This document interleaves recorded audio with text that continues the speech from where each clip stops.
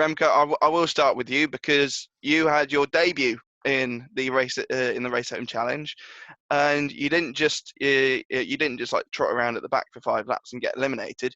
You qualified 8th and finished 7th, so it was a brilliant start for you. Yeah, it definitely was a brilliant start because, of course, you have to qualify into these events. That started like Tuesday, I think, and like Wednesday or Thursday evening, it ended. But I only did it on like one day, at the last day, in the last moment. I was like, I'm gonna do some laps, and at some point, you have to be in the top 8 in the qualifying to go through. And I was 9th at 4,000th of a second behind. But I knew I couldn't get a lap together for that extra 4,000th. So it's like, just have to hope for some people to get disqualified. Because it is a thing, definitely has 3 tracks at the simulator that people can wall ride. You can use the walls to go quicker, definitely if damage is set to really low.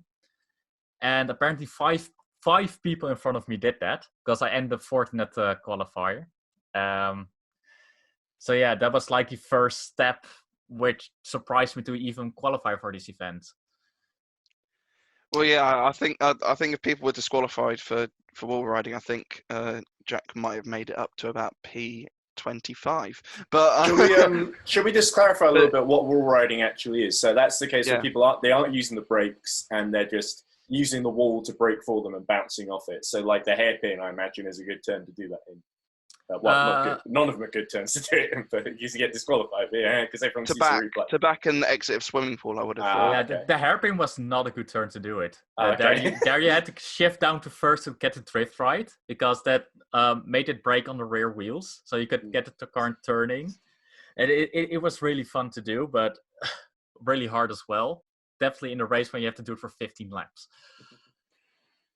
Yeah, Remco, one thing also that's different about your race compared to everyone else's is the fact that you weren't just racing, you also had a VR headset on. Now, tell us a bit about racing wearing a VR headset and how much of an advantage that gives you when sim racing.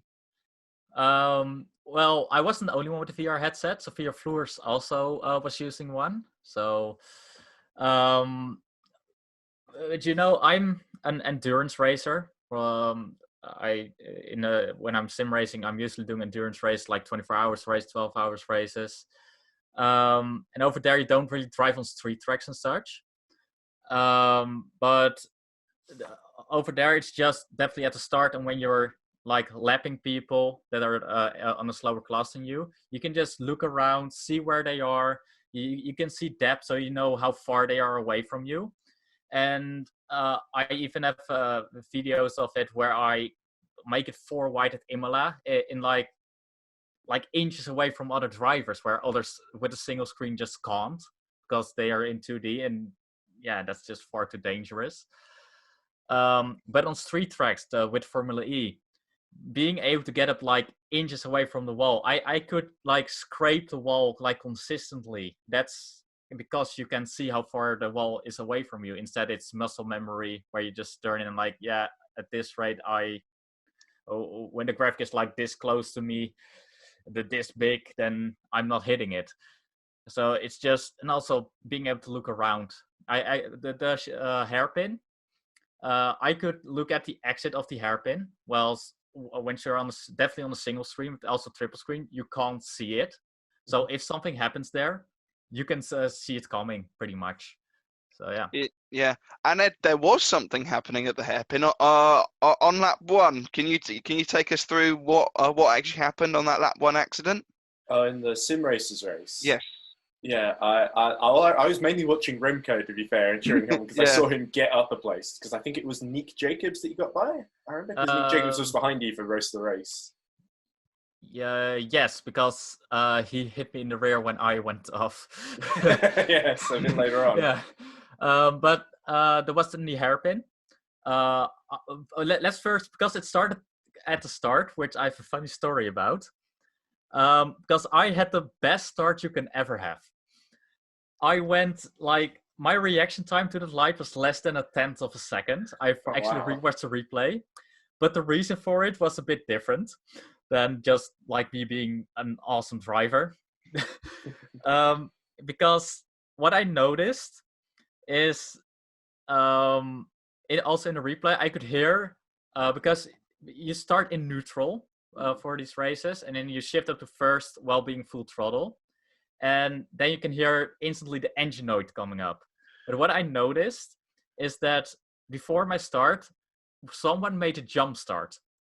I looked back and it was Sophia Floors. She actually made a jump start. The other VR Of course, the user. other one. Yeah. But because usually nothing happens, and you're reacting to anything that changes, I reacted to that, and exactly as I reacted, the lights went off. So I was really lucky there. But that made me like instantly alongside Nick Jacobs, like on the outside of turn 1. Even before turn in, I was already fully alongside it. That's how good that start was. And of course, that means you're on the outside of the hairpin. But that hairpin, once you're on the inside, you're so much slower than when you're on the outside, because you can just take so much more speed with it. Definitely if he's blocked by someone in front of him.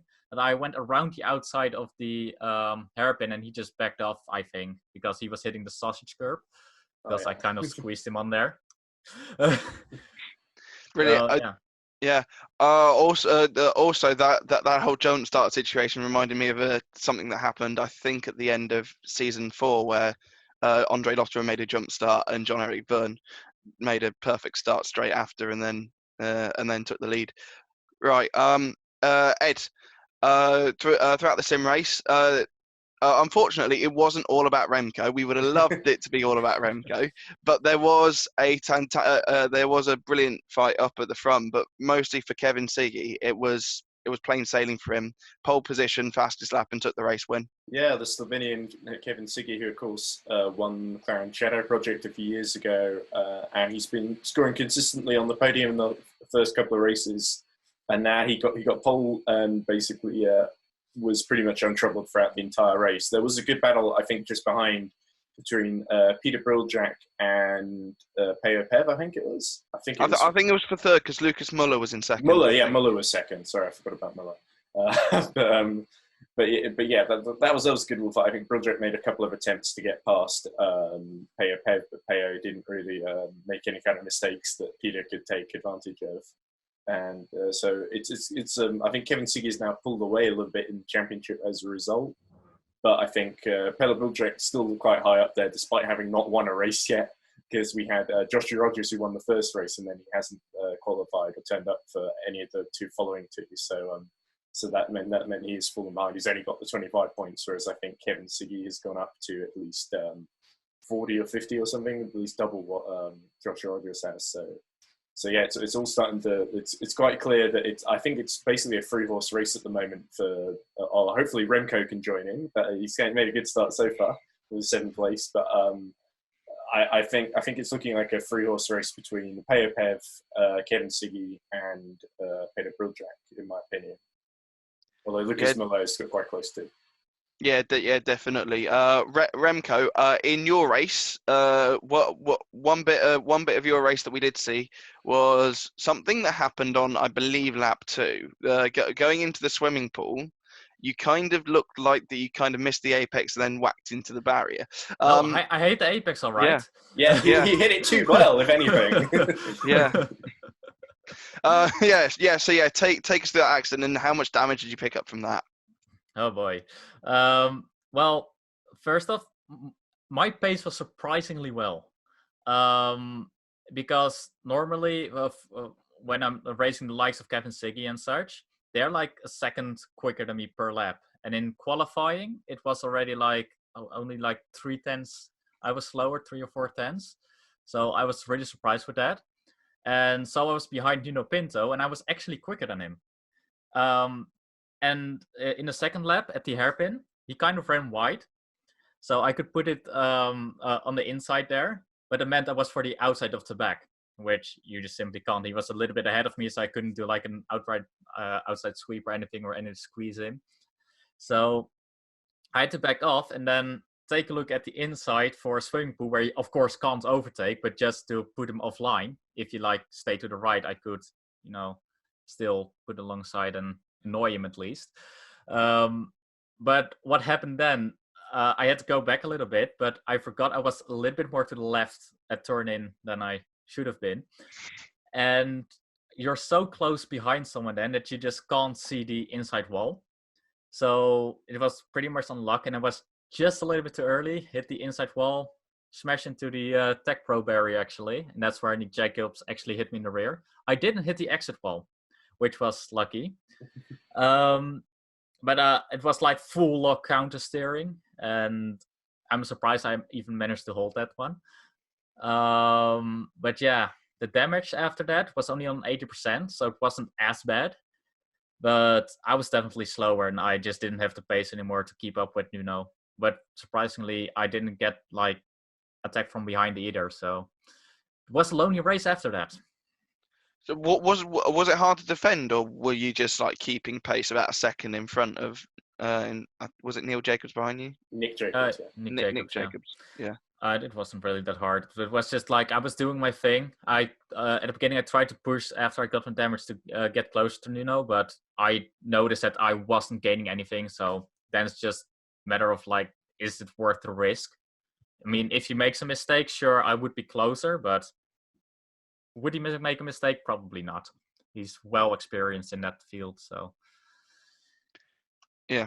So were you thinking about were you thinking about the whole top 10 and getting through to the auto qualification for the next round, or was that in your mind during the race or not? No, not during the race, because if you start thinking about that stuff, that's when it goes wrong. Yeah. Yeah. But like after the race, I was quite surprised. I was like in the top 10, and after I was like, hold on, doesn't that mean I'm qualified for next race as well? Yeah, because I'm not a very good hot lapper. So for me to get into this at the first place is very surprising. So if I wouldn't have qualified for next week, I probably wouldn't qualify again because it's a different track and a lot more people noticed like, wait, there were a lot of, there was like 6 stands between the winner of the hot lapper and the one that got cut off. So a lot of people will notice like, oh, now we've got a chance. So they would actually start driving, then I wouldn't actually qualify for it.